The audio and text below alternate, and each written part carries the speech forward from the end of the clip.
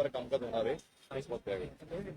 असं आहे की महाराष्ट्रातल्या जनतेनं विचार केला पाहिजे की सत्ताधारी पक्ष आणि विरोधी पक्ष देखील तितकाच तुल्यबळ का असावा, आणि जर विरोधी पक्ष हा जर तुल्यबळ नसेल तर सत्ताधारी पक्ष हा किती बेजबाबदारपणे वागू शकतो, सत्ताधारी पक्ष हा सर्वांना ग्रहित कसा चालू शकतो, त्याचं उदाहरण म्हणजे येत्या 8 तारखेला जे नागपूरमध्ये हिवाळी अधिवेशन होणार आहे हे त्याचं उत्तम उदाहरण आहे. आज कामकाज सल्लागार समितीची मीटिंग झाली, त्याच्यामध्ये नागपूरमध्ये होणाऱ्या हिवाळी अधिवेशनासंदर्भात चर्चा विनिमय झाला. मूळ आम्हाला कार्यक्रम दिला होता तो 12 डिसेंबर ते 19 डिसेंबर 8 डिसेंबर 12 नाही सॉरी 8 डिसेंबर ते 19 डिसेंबर, परंतु सुरुवातच करत असताना सत्ताधारी पक्षानं हे अधिवेशन आपण 1 आठवडाच चालवावं किंवा 1 आठवडा चाललं तरी खूप झालं, अशा पद्धतीचा सत्ताधारी पक्षाचा मूड होता आणि सत्ताधारी पक्ष त्या विषयावर आग्रही होता. आम्ही सत्ताधारी पक्षाला नाना तऱ्हेनं सांगितलं की अवेळी पडलेल्या पावसामुळे संपूर्ण महाराष्ट्र उद्ध्वस्त झालाय.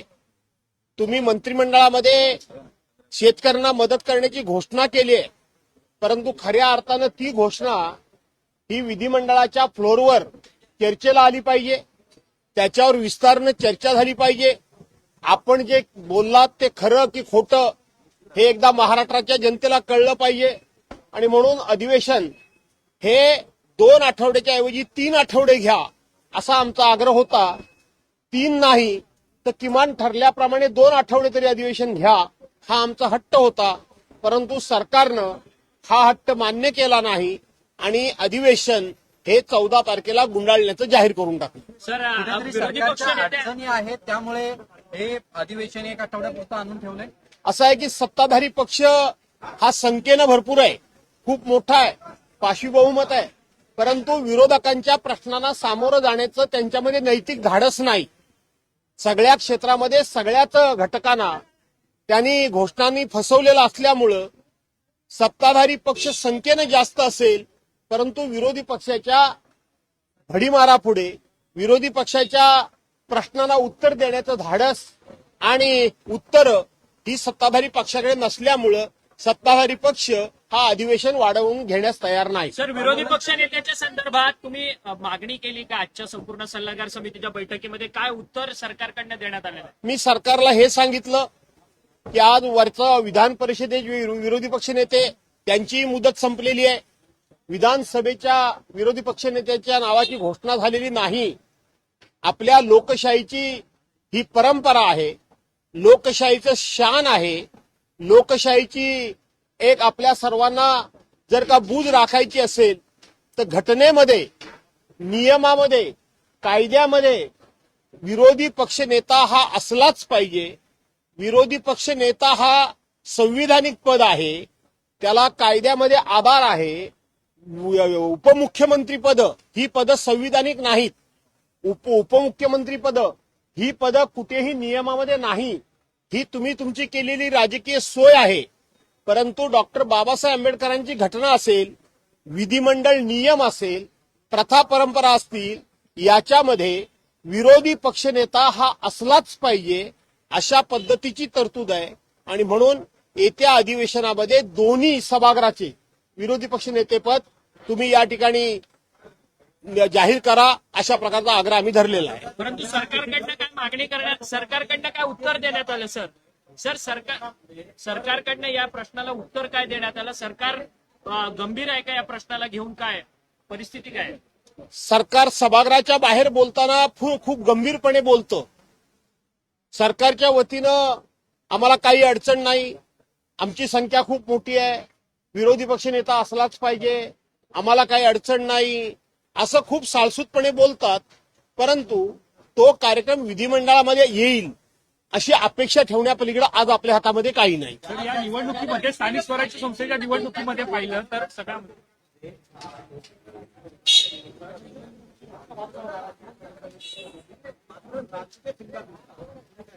मला माहित नाही कुठे राजकीय शिमगा झाला तो, आणि मी कोणावरही नाराज नाही आणि मी कुठेही नाराज नाही. पण सगळ्यात जास्त चर्चा ही कोकणामध्ये चालू आहे जाधव साहेब. सर्वात जास्त चर्चा या स्थानिक स्वराज्य संस्थेच्या निवडणुकीमध्ये कोकणाची आहे. तिकडे पैशांच्या बॅगा सापडत आहेत, तिकडे स्वतः तिकडे जाऊन तिकडे कंप्लेंट सुद्धा करत आहेत, मात्र सरकार काही बोलत नाहीये. अशामध्ये याला जोडून असा प्रश्न आहे की निकाल आता थेट पुढे ढकलण्यात. निवडणूक आयोग ही स्वायत्त संस्था आहे की कुठल्या पक्षाच्या कार्यालयामध्ये बसून काही निर्णय होतात असं सर्वसामान्य माणसाला वाटावं अशी परिस्थिती आहे.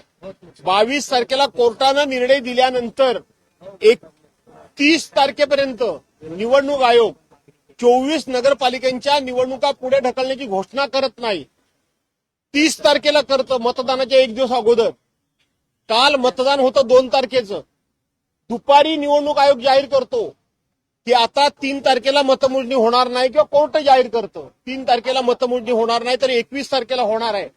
आणि म्हणून या लोकशाहीची, या निवडणुकांची थट्टा उडवण्याचं काम सत्ताधारी पक्ष आणि त्यांच्या ह्या नावाला असलेल्या स्वायत्त संस्था, ह्या नावाला यांची स्वतःची स्वायत्तता आता राहिलेली नाही.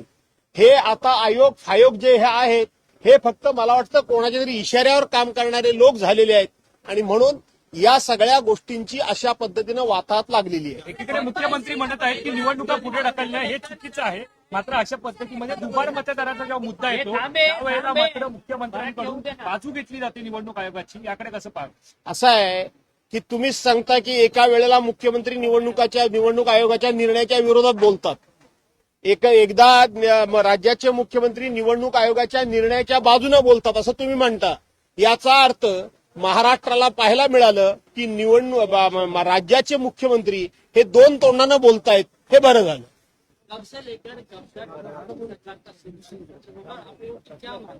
ऐसा है कि 8 दिसंबर को ये शीतकालीन सत्र की शुरुआत हो जाएगी और 14 तारीख को ये सत्रकालीन सत्र ये समाप्त हो जाएगा.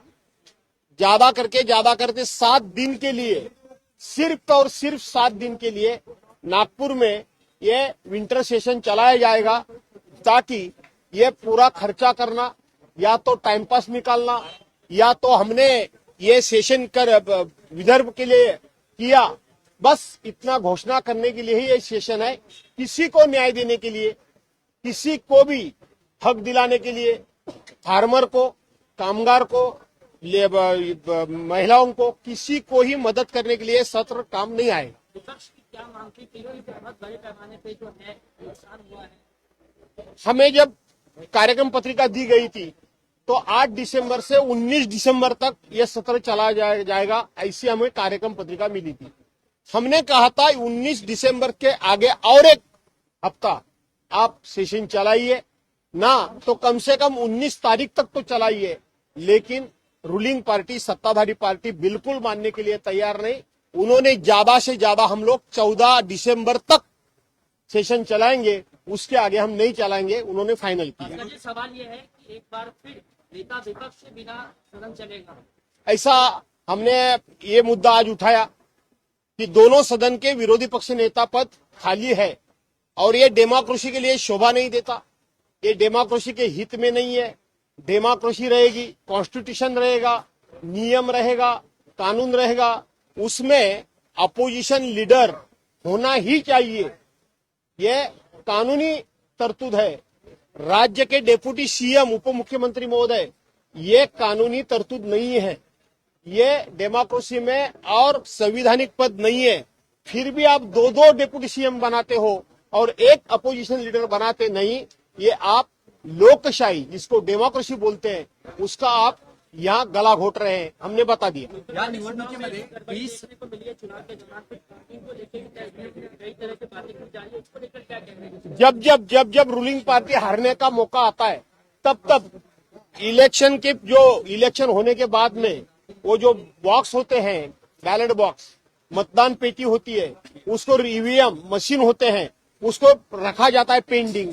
डर यही है पेंडिंग रखने के बाद जहां जहां रूलिंग पार्टी को हरने का चांस लगता है वहां कोई गडबडी होने का चान्स है. देशाच्या कृषी मंत्र्यांनी सभेमध्ये सांगितलेलं आहे की महाराष्ट्र सरकारकडनं अतिवृष्टीनंतर जे नुकसान झालं त्याबाबतीत प्रस्तावच केंद्राकडे पाठवण्यात आला. शेतकऱ्यांना जी मिळणारी मदत आहे ती मागितलीच नाही किंवा तसा प्रस्ताव हा दिला नाही. मी सांगितलं ना की महाराष्ट्रातल्या जनतेनं आता विचार करण्याची गरज आहे की सत्ताधारी पक्षाला किती मॅन्डेट द्यायचा, किती त्यांचे आमदार निवडून द्यायचे, विरोधी पक्ष दुबळा होणं, विरोधी पक्ष संख्येनं कमी असणं, विरोधी पक्ष कमकुवत असणं म्हणजे लोकशाही दुबळी होते. लोकशाही ही दुबळी होते, विकलांग होते आणि ती विकलांग करण्याचं काम लोकांनी अधिकाधिक या सत्ताधारी 3 पक्षाचे आमदार निवडून आज केलेला आहे. त्यामुळं सत्ताधारी पक्ष हा इतक्या मस्तीमध्ये आहे. एवढं नुकसान होऊन सुद्धा जर केंद्र सरकारच म्हणत असेल की आमच्याकडे प्रस्ताव पाठवला नाही तर हे सरकार शेतकऱ्यांचं मारक आहे, शेतकऱ्यांच्या विरोधक आहे आणि सरकार खूप मोठ्या मस्तीमध्ये आहे.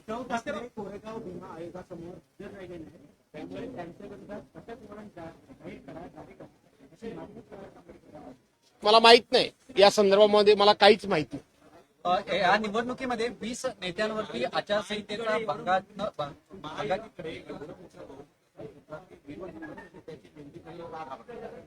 असं आहे की मुळामध्ये ते घाबरतात कारण त्यांची पापच एवढी आहेत. ते घाबरतात, त्यांच्या चुकाच एवढ्या आहेत. ते घाबरतात, त्यांनी नियमबाह्य कामच एवढी केलेली आहेत. ते घाबरतात, त्यांनी लोकांच्या मतांची चोरी करून, लोकांना खोटी आश्वासनं देऊन ते सत्तेवर आलेले आहेत.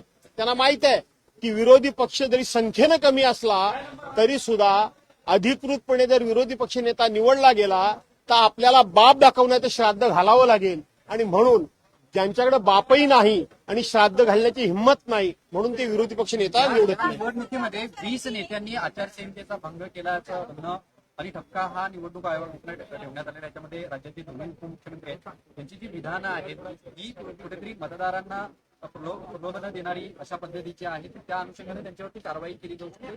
तुम्ही कशा पद्धतीनं बघताय? असं आहे की निवडणूक आयोग हे पूर्वीचे निवडणूक आयोग जे होते ते निवडणूक होण्यापूर्वी 3 महिने कुठल्याही आर्थिक लाभाच्या योजना जाहीर झाल्या तर त्याला स्टे देत होते. कोण मतदाराला आर्थिक लाभाच्या योजना जाहीर करून त्यांचं मतदान आपल्या पारड्यात पाडण्याचं किंवा त्यांचं मतपरिवर्तन करण्याचं जर योजना जाहीर झाली तर निवडणूक आयोग त्याला स्टे देत होता.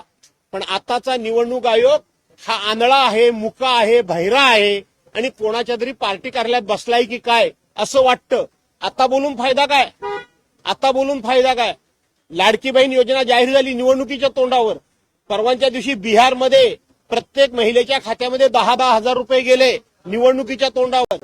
कौशल विकास योजनेअंतर्गत प्रत्येक गावामध्ये 2-2 सरकारी आम्ही माणसं नेमणार भरणार म्हणून सांगितलं निवडणुकीच्या तोंडावर. परवाच्या दिवशी प्रत्येक मंत्री जाऊन सांगतोय की माझ्याकडे हे खातं आहे, माझ्याकडे ते खातं आहे, मी मालक आहे, तुम्हाला एवढे पैसे देईन. निवडणूक आयोगाचे कान डोळे काय उघडे आहेत की नाही? असायला पाहिजे की नाही?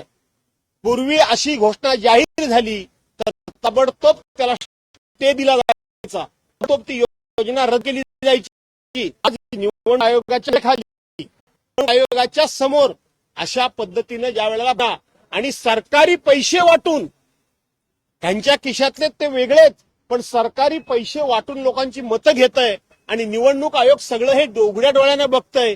निवडणूक आयोगाची स्वायत्त संस्था कसली आहे की नाही? आणि म्हणून आता बोलून फायदा नाही. निवडणूक आयोग फक्त बोलतय, कारवाई काही करत नाही. विधानसभेला एक मुद्दा होता, लोकसभा विधानसभा बनाने के लिए फंडिंग जो है सरकारी खाते में से मांग की थी और इसका विरोध जो है इसका विरोध ये संदर्भ वल्लभ भाई पटेल ने किया था. ऐसा है, भारतीय जनता पार्टी के जितने भी नेतागण है वो कभी भी कुछ भी बोलते हैं तो स्वर्गीय पंडित जवाहरलाल नेहरू को ही गालियां देते हैं. स्वर्गीय पंडित जवाहरलाल नेहरू जी 1964 में उनका देहांत हो गया. 36 और 50 61 ईयर्स 61 साल हो गए फिर भी तुम उनको गाली दोगे. इंदिरा गांधी का मर्डर 1984 में हो गया, उसको 41 ईयर्स 41 साल हो गए फिर भी तुम उनको ही गाली दोगे. राजीव गांधी का मर्डर 91 में हो गया, उसका मतलब उनको 3 ईयर्स हो गए तो भी गाली देंगे. गाली दे के हम कैसे है ये बता कर रहे हैं, लेकिन लोग 12 साल सत्ता देने के बाद में तुमने क्या किया? तुमने कुछ भी नहीं किया। ये क्या किया करके तुमको जवाब देने के लिए तुम्हारे पास कोई जवाब नहीं। तो पंडित जवाहरलाल नेहरू हो, इंदिरा जी गांधी हो, राजीव गांधी हो, इनको गालियां देना यही वे नेता लोगों का, भारतीय जनता पार्टी के नेता लोगों का काम है। प्रधानमंत्री कार्यालय को सेवा सेठ, प्रधानमंत्री कार्यालय को सेवा सेठ और राजभवन को लोक भवन नाम दिया जाएगा, इस तरीके का जो है फैसला लिया गया है। मुझे उसके बारे में मालूम नहीं, लेकिन हमारे प्रधानमंत्री इंडिया में है क्या नाम देने के लिए?